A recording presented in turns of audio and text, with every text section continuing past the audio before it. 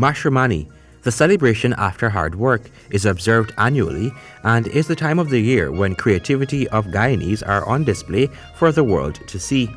Over the years, the standard of the parade has improved tremendously as designers continue to push the boundaries of the quality of costumes.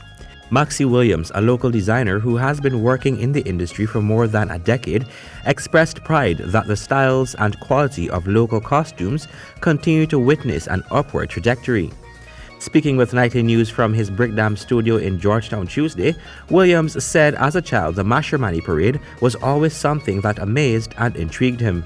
Our adoption, we like to adopt, and so we adopt very easily, and we put our own flavor into it. And so we have adopted the Trinidad costume in, and you can definitely see that now. But the word costume and full costume and these different categories that we would describe, it comes with the requirements of pieces. So for example, if you have a semi-costume, you'll be having a hat and probably a chest piece, and you have a full costume, and then you have a costume that depicts something, right? So that has a lot to do with the clothing and the amount of pieces that you would wear. Williams has won a number of awards over the years for his creations for the Mashramani parade. It was in 2018 that the designer began to introduce stilts into his band. He is among the few local designers to introduce an entire band without sponsorship. I saw the people in Trinidad on stilts, and something got to me that I want to do this thing. I didn't know that I would have ended up being a part of it.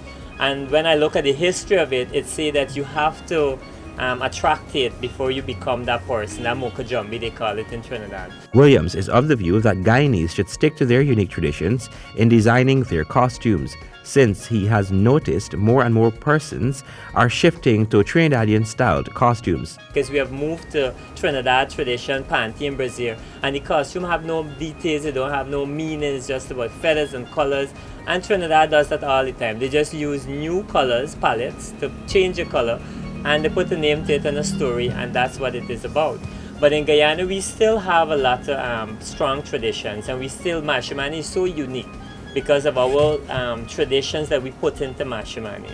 The young designer said the fact that Guyana's elections will be held during the same period the country is celebrating its Republic Jubilee is quite disheartening, since Mashramani will not get the attention it deserves.